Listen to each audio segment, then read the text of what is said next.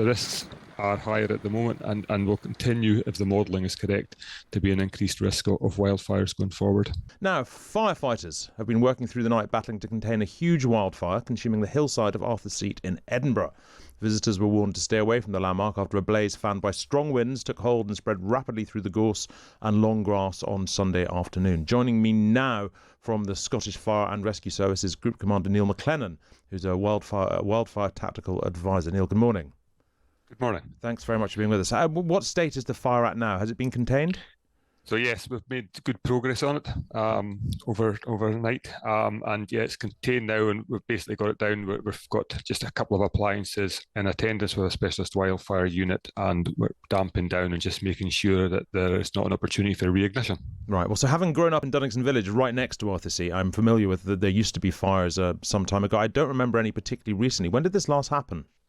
So I guess the large sort of notable one was back in 2019 from record, and it's fairly similar to this from where it started and size-wise as well. But again, that was contained relatively quickly as well. Do we have any idea what might have caused this? Do we think it's natural? Do we think it's caused by some kind of human action? What do we think?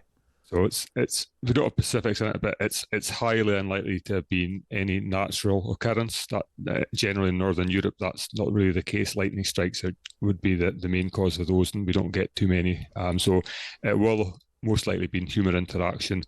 What that comprises of at this stage, we're not sure. Right, okay. And as summer heat waves become the new normal in the UK, and I know Edinburgh's been strikingly hot for the last couple of weeks, do you worry that wildfires like this are going to happen more and more? I mean, not just on Arthur's Seat, but kind of everywhere. Yeah, so, the modelling in terms of climate change does predict an increased risk, and this year you could look at what's happened we had a very dry spring and coming into early summer too. It's that soil conditions are very dry. There's not a lot of moisture for the vegetation to throw up, so the moisture content within the vegetation is fairly low. So that gives a greater risk of initial ignition, and if it does ignite, then the spread of that tends to be increased and a bit more intense. So yeah, the risks are higher at the moment and will continue, if the modelling is correct, to be an increased risk of wildfires going forward.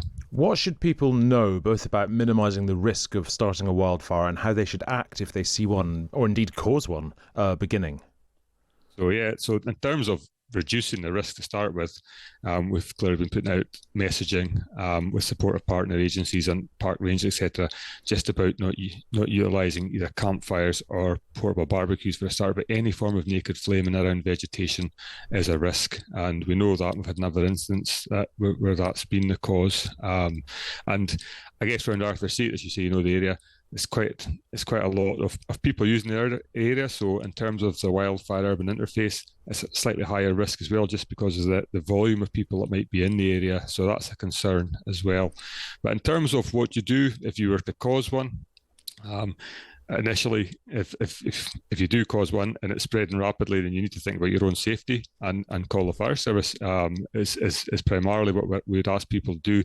The quicker we can get on site, usually the more effective it's going to be for us to try and contain it and manage it. Once it gets to a certain size, especially in the conditions that we've got winds, very dry vegetation, it will spread rapidly, but it's still important for us to get on site as quickly as possible.